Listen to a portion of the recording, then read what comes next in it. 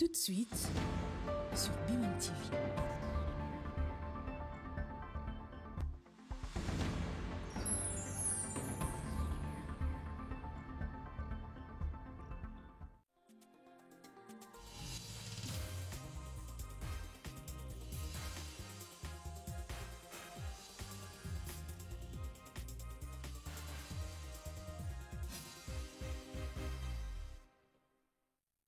Madame, Monsieur, bienvenue dans cette nouvelle session d'information sur BIMM Télévision à la une de l'actualité. Face à la crise climatique qui n'épargne aucun coin de la planète, les nations du monde ont choisi la voie de la responsabilité, une voie traduite par des solutions concrètes basées sur la nature et autres initiatives visant la réduction de la déforestation.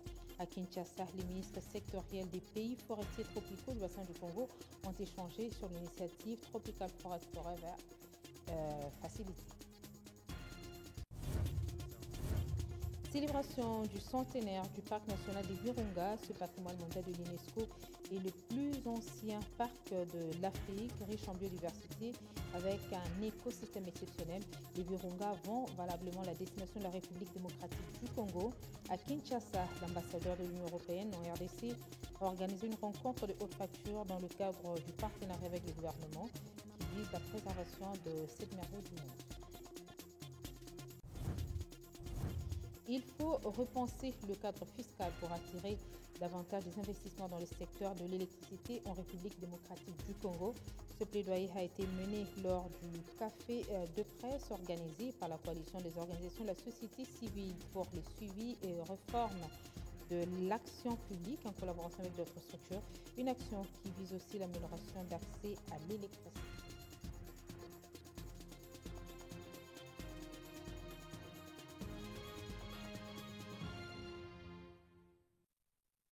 Madame, Monsieur, bienvenue. Le dialogue régional sur le mécanisme de préservation des forêts tropicales du bassin du Congo, les ministres en charge de l'environnement ont affirmé leur engagement commun pour la protection des forêts. Ils l'ont dit lors de la clôture du segment ministériel tenu à Kinshasa sur l'initiative Tropical Forest Forever Facility. Nous, ministres en charge de l'environnement, des eaux et des forêts, de la République du Cameroun, de la République centrafricaine, de la République du Congo, de la République démocratique du Congo, de la République du Gabon et de la République de la Guinée équatoriale, réunis à Kinshasa en date du 22 mai 2025 dans le cadre du dialogue régional sur le Tropical Forest Forever Facility, réaffirmons notre engagement commun pour la protection des forêts tropicales, la préservation de la biodiversité et la promotion du développement durable dans notre région et à l'échelle mondiale. 2. En tant que propriétaire et gardien de la deuxième grande forêt tropicale humide du monde, nous, pays du bassin du Congo, reconnaissons le rôle essentiel des forêts tropicales humides à l'échelle mondiale, en ce qu'elles absorbent et stockent des grandes quantités de carbone, régulent des régimes climatiques locaux, régionaux et mondiaux, abritent plus de la moitié d'espèces de faune et de flore terrestres de la planète et soutiennent les moyens de subsistance d'un nombre considérable des personnes, en particulier des peuples autochtones et les communautés locales. 3.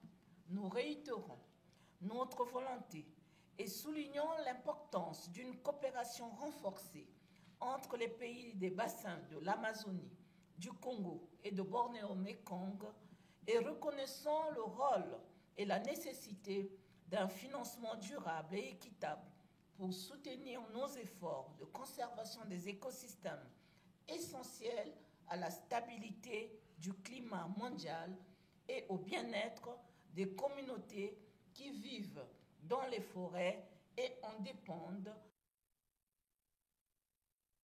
Les avis et considérations des ministres en charge de l'environnement du bassin du Congo sur le nouveau mécanisme de financement Tropical Forest Forever Facility attestent leur mobilisation et soutien autour de cette initiative. F. Bazaïba, ministre d'État en charge de l'environnement et développement durable de la RDC. Le TFFF, il faut bien le rappeler, est un nouveau mécanisme de financement pour les forêts tropicales, mais qui se distingue par son approche totalement innovante et sa vocation à fournir des fonds perpétuels au pays. Il repose donc sur un fonds d'investissement international regroupant des capitaux publics, privés et philanthropiques, mais aussi il propose une incitation financière à long terme fondée sur la performance de la conservation et non seulement sur la réduction des émissions. Également, il reconnaît la valeur intrinsèque des forêts intactes et le mérite des pays du bassin du Congo qui ont su préserver leurs écosystèmes d'une déforestation d'envergure. Le parc national de Virunga, le plus vieux parc de l'Afrique, a totalisé un siècle. Une célébration qui a conduit à une grande activité organisée à Kinshasa par l'ambassadeur de l'Union européenne. Une occasion pour les organisateurs de mettre à la face du monde le livre intitulé Virunga, 100 ans d'un parc d'exception. À cette initiative s'est joint l'Institut congolais pour la conservation de la nature. 100 ans, c'est l'âge actuel du plus ancien parc de l'Afrique.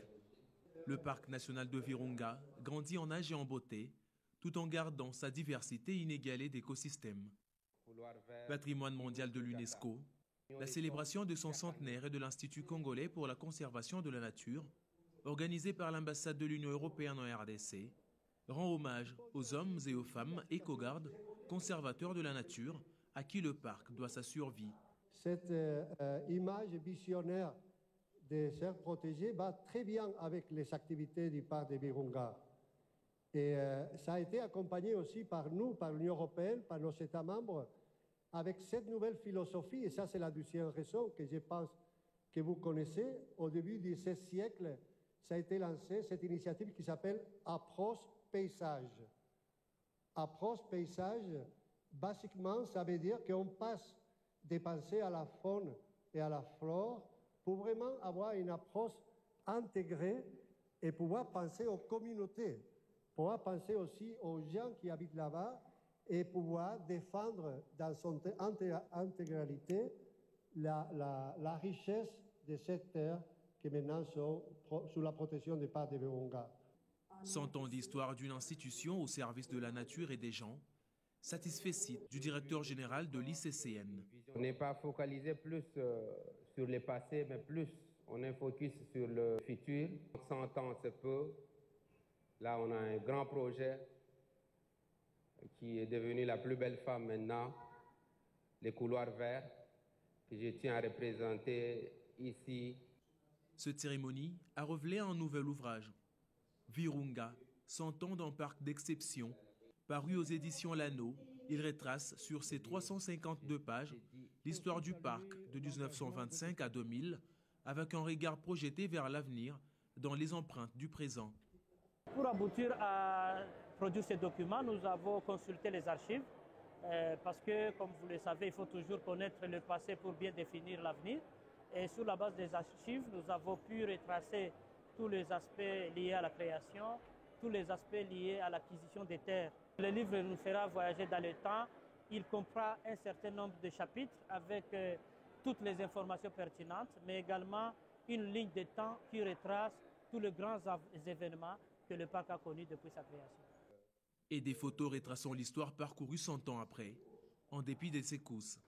Situé à l'est de la RDC, le parc national des Virunga, aire protégée de tous les superlatifs, fait son siècle, espérant bénéficier de plus en plus du partenariat entre l'Union européenne et la RDC, visant initialement la préservation du parc.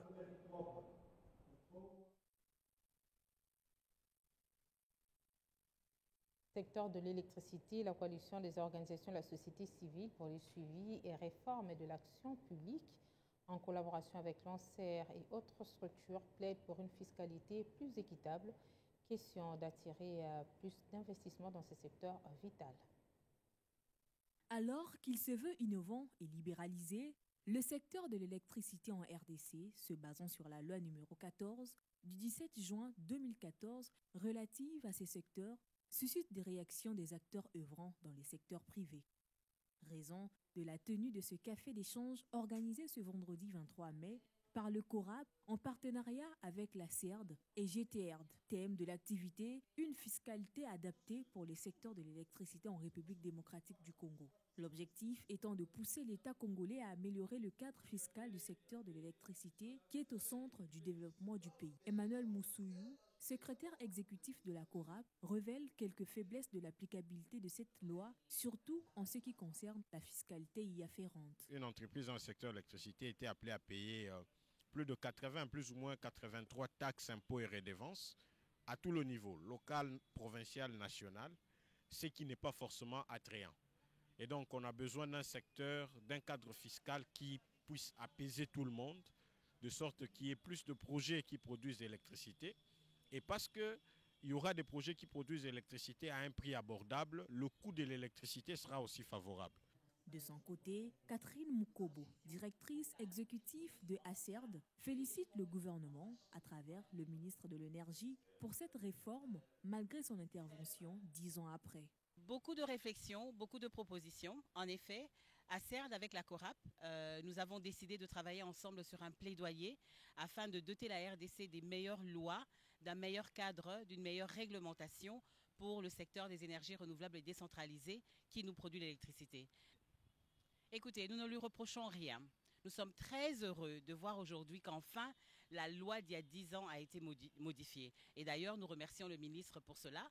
C'est alloué. Nous avons connu 2 autres ministres avant lui et nous n'avons pas pu obtenir cela. Donc aujourd'hui, M. Tendi Luamba, Excellence, nous vous disons merci pour nous avoir donné l'opportunité de modifier la loi 2014. Notons que ce café d'échange a connu la participation de plusieurs structures, dont Anser et les réseaux Mwangaza. À l'Assemblée nationale, la plénière du vendredi a renvoyé sine die le rapport de la Cour de compte après l'audition du directeur général de l'Office des voiries et drainage et les recommandations liées à la gestion des magistrats. La séance plénière était riche sous fond des pressions populaires et d'attentes institutionnelles.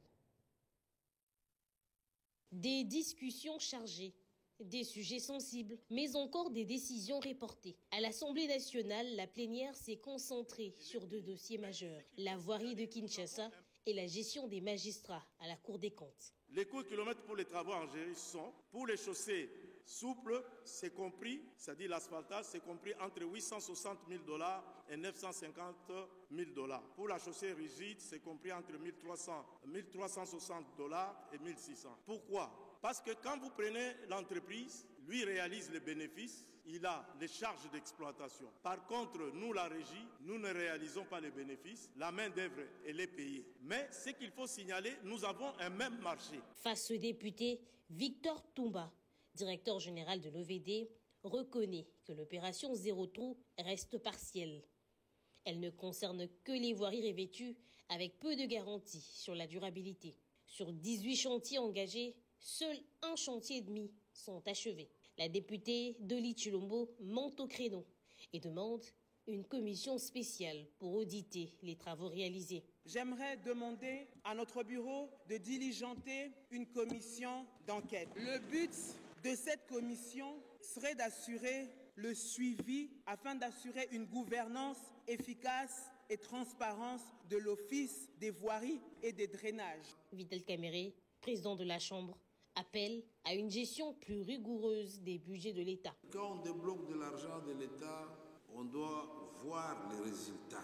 Autre point épineux, la commission d'enquête sur la gestion des ressources humaines à la Cour des comptes. Conflits internes, dysfonctionnements répétés. La commission recommande à l'Assemblée de ne pas se prononcer sur les propositions de la Cour et formule 11 recommandations. La Cour des comptes est effectivement confrontée à des problèmes et des défis importants. Le rapport va les mentionner tous. Et devant la gravité des faits, honorable président, nous, Assemblée nationale, dont relève la Cour des comptes, nous avons 2 postures à prendre. D'abord, nous pouvons nous comporter en procureur pour accuser, pour prendre toutes sortes de mesures. Mais nous pouvons nous comporter aussi en pédagogue pour conseiller, pour donner des leçons. mais évidemment en gardant notre pouvoir. Mais l'affaire connaît un rebondissement. Le premier président de la Cour des comptes a écrit au bureau pour demander une audition en plénière et exposer sa version des faits. Un courrier qui pousse plusieurs élus, dont Baudouin Maillot, à demander le renvoi du rapport pour enrichissement. La commission devrait nous dire, on veut recruter tel, il n'a pas rempli les conditions, avis défavorable. Tel, on veut le mettre à la retraite, il n'a pas rempli les conditions, avis défavorable. C'est ce qu'on attend, c'est aussi simple que ça. D'où vient toute cette littérature jusqu'à nous proposer décider la surséance? Promettons un retour en plénière dans les plus brefs délais. En attendant, 2 commissions spéciales ont été constituées pour examiner le réquisitoire du procureur général contre le ministre de la Justice. Le prochain rendez-vous est attendu en début de semaine. Le directeur général des impôts a été plébiscité pour ses réalisations à la tête de l'administration fiscale. Barnabé Mwaka-Bimwamba a reçu un trophée lui décerné par le cabinet Force et Leadership africain au Canada, où il a pris part à la 7e édition du Forum Canada-Afrique sur le commerce et investissement organisé à Montréal. Grand merci aussi à la Force Leadership africain pour cette reconnaissance. Et aussi, je dis grand merci à notre président de la République. C'est par sa bonne gouvernance que nous sommes arrivés à ces résultats. Il est évident aussi que sans le personnel, la DGI, on ne serait pas arrivé à ces résultats. Parce que nous seuls, nous ne pouvons rien. Mais avec les agents, voilà, aujourd'hui, nous sommes arrivés à une mobilisation accrue des recettes. Je félicite notre personnel et leur demander de continuer à faire encore beaucoup plus. Il est vrai que nous avons beaucoup réalisé, mais il est aussi vrai, vu l'étendue de la RDC, nous pouvons encore aller au-delà. Et c'est notre vision. Et nous sommes sûrs, par notre façon de travailler, avec l'appui de notre gouvernement, la Direction générale des impôts fera encore mieux. La société Micropop a publié son rapport pilier 3 conformément à l'instruction 55 de la Banque centrale du Congo, un document qui met en lumière ses résultats, ses progrès et ses engagements pour un microcrédit responsable. Le respect des normes demeure un atout pour le développement d'une société. Leitmotiv de Micropop est conformément à l'instruction 55 de la Banque centrale du Congo relative à la discipline du marché qui impose le respect des exigences réglementaires. Elle a rendu public son rapport pilier 3 de l'exercice 2024. Objectif, assurer la communication transparente sur sa gestion avec les parties internes et externes. 2 temps forts ont ponctué la cérémonie. D'abord, une historique sur la création de Micropop, sa vision, sa valeur et sa mission, suivie de la présentation du dit rapport contenant les performances et réalisations. Elles étaient énormes au cours de l'exercice 2024, ce qui va rassurer davantage les clients de l'institution. En publiant ces rapports pilier 3, nous renforçons la confiance du public, facilitons l'évaluation des risques et contribuant à une meilleure stabilité financière. Par ailleurs, nous avons identifié plusieurs challenges et opportunités dans la mise en œuvre de ces rapports. Nous sommes convaincus que les renforcements des pratiques de divulgation permettent non seulement d'améliorer la gestion des risques au sein des institutions financières, mais aussi de prévenir les crises et d'assurer un cadre plus équilibré pour l'ensemble des acteurs économiques. Micropop est déterminé à satisfaire sa clientèle et assurer sa sécurité, ainsi permettre aux PME de se développer à travers des prêts qu'elle peut contracter. Micropop a été fondé avec un objectif bien clair. C'était de pouvoir faciliter tout d'abord l'inclusion financière.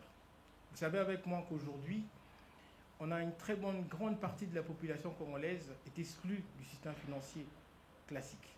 Alors Micropop devrait répondre à ce besoin de proposer des produits et des services financiers adaptés par rapport à sa population. Donc aujourd'hui, nous couvrons une grande partie de la population de Kinshasa parce que nous avons deux volets que nous proposons en matière de crédit, c'est-à-dire le crédit individuel et le crédit de groupe, qui a un impact social très très important. Alors les différentes étapes qui ont marqué aussi l'évolution des micropop, c'est d'abord notre gamme en termes de produits et en termes de services. Nous avons élargi aujourd'hui notre gamme en termes de produits et des services financiers pour répondre aux vrais besoins de la population. Le rapport Pilier 3 revêt d'une importance capitale pour Micropop en ce qu'il offre un aperçu détaillé de la gouvernance, de la gestion des risques et des performances financières de cette société de microfinance qui est une structure de gouvernance interne conformément à la BCC. On parle aussi du concours du plan d'affaires COPA Transform, un projet du gouvernement congolais développé en collaboration avec la Banque mondiale qui vient de lancer un nouvel appel à candidature pour les nouvelles entreprises après la toute première phase qui concernait les PME. Cette fois-ci, il faut dire qu'à la fin de cette compétition, on a noté que ce projet a vraiment apporté un plus dans la promotion du secteur privé et aussi le développement de l'entrepreneuriat en RDC. Ce projet est une initiative du gouvernement congolais en collaboration avec la Banque mondiale qui vise à accompagner les développements du secteur privé en RDC, déployé dans 13 localités, repartis sur 7 provinces, qui ciblent essentiellement les PME et les nouvelles entreprises. Ici, nous sommes déjà à la clôture du deuxième appel à candidature, qui cible particulièrement les nouvelles entreprises, avec plusieurs avantages pour les postulants. La première chose, c'est un accompagnement, donc c'est de la formation, c'est du coaching. L'objectif, c'est de les aider à acquérir des compétences qui vont leur permettre de mieux gérer, de développer leur entreprise.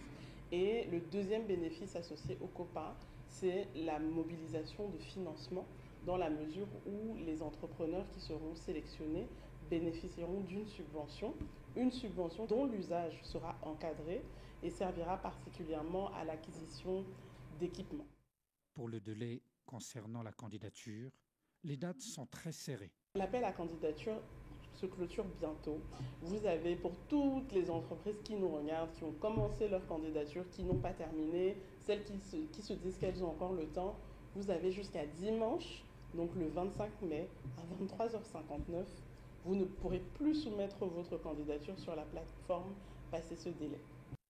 Concernant les conditions pour accéder à cette compétition, plusieurs critères sont avancés avant de candidater. Vous devez avoir entre 0 et 3 années d'existence. Vous devez être dans les 13 localités ciblées par le projet. Vous devez opérer dans des secteurs bien spécifiques, donc l'agrotransformation, l'entrepreneuriat social, tout ce qui va être économie verte, donc toutes les activités qui visent à respecter l'environnement. Nous allons nous intéresser particulièrement aux entreprises développées par des femmes, parce que le COPA vise à sélectionner parmi les lauréats 60% de femmes. Après cette partie, plusieurs étapes seront suivies pour boucler toute la campagne. De la mise en œuvre du projet et cette phase d'évaluation de candidature va prendre un certain temps. L'objectif étant déjà de vérifier de façon transparente, selon un mécanisme clair aussi, la qualité des dossiers qui nous auront été soumis, vérifier les pièces justificatives, analyser les business plans, noter et classer les candidatures.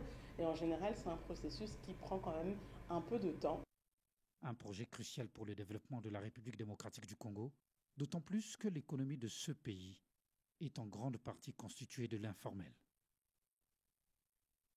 Mise en œuvre du plan d'action 2024-2028 de lutte contre la prolifération illicite des armes légères et des petits calibres en RDC, plusieurs partenaires nationaux et internationaux, dont les agences du système des Nations Unies, ont pris part aux assises axées sur l'évaluation du traçage d'armes en République démocratique du Congo. Rencontre de 2 jours réunissant les partenaires de la Commission nationale de contrôle des armes légères et petits calibres, les agences et entités du système des Nations Unies, ainsi que différents autres partenaires nationaux et internationaux. Il s'agit d'un atelier qui a pour objectif d'évaluer la traçabilité des armes en RDC en vue de lutter contre la prolifération illicite des armes. Tout ceci entre dans le cadre de la mise en œuvre du plan d'action national 2024-2028. Recommandation de nos travaux. Il est censé renforcer les fabricants d'armes artisanales pour toute fin utile à la nation, actualiser l'étude sur le prolifération d'armes en République démocratique du Congo, harmoniser la législation nationale. Ces assises visent aussi à mener des plaidoyers en vue d'une levée de fonds auprès des partenaires internationaux et nationaux et les encourager à apporter un soutien technique et financier à la mise en œuvre de priorités identifiées dans le plan d'action national. Tant en RDC que dans la sous-région et que sur le continent africain lui-même. C'est la raison pour laquelle l'Union africaine, à son niveau, a initié ce qu'elle appelle le programme Faire taire les armes pour mettre un terme à tous ces conflits qui font tant de dégâts et qui sont alimentés par les armes illicites sur le continent africain. Dans un second temps, l'atelier sur la traçabilité des armes vise à faire un état des lieux des questions de ce genre en RDC, de faire le point sur ces initiatives, d'identifier les défis, les bonnes pratiques et des opportunités quant au renforcement des systèmes et mécanismes y afférents. Le discours de l'ancien président de la République, Joseph Kabila, a fait l'objet d'une forte critique par Thierry Mosenepo lors d'une conférence de presse tenue ce samedi dans le cadre de l'Union sacrée de la Nation. D'un ton ferme, cet acteur politique a rejeté la solution proposée par l'ancien chef d'État pour sortir la République démocratique du Congo de la crise. La République a cessé d'être démocratique et la volonté du chef de l'État... La réplique était à la hauteur de l'adresse de Joseph Kabila. Thierry Mosenepo, cadre de l'Union sacrée, était devant la presse ce samedi. D'un ton ferme, il a rejeté la solution proposée par l'ancien président de la République pour sortir le pays de la crise. Pour lui, le pyromane ne peut nullement se présenter comme un pompier aujourd'hui. Aujourd'hui, il ose se présenter en sauveur. C'est de l'impudence absolue. Et on se demande bien, depuis quand est-ce que Joseph Kabila croit aux évêques? Nous nous rappelons ici, nous étions là et nous l'assumons. Comment est-ce que ces évêques étaient gazés dans leurs églises puisqu'ils devaient organiser des marches citoyennes? Bizarrement, ces évêques aujourd'hui deviennent la solution. Pour ce cadre de la plateforme du chef de l'État, le prédécesseur de Félix Tshisekedi a manqué l'occasion de se taire. Des intimidations qui ne passeront pas. Chose grave, dans son passage médiatique d'hier, personne n'a entendu une seule phrase où le Rwanda a été condamné, où le M23 a été apostrophé, où l'AFC a été condamné, où Corneille Nangaa et tous les autres terroristes ont été épinglés. Par contre, on a choisi délibérément de vilipender le pays et de s'attaquer au chef de l'État. Il crache ainsi sur le gouvernement d'un pays et l'intention est très claire.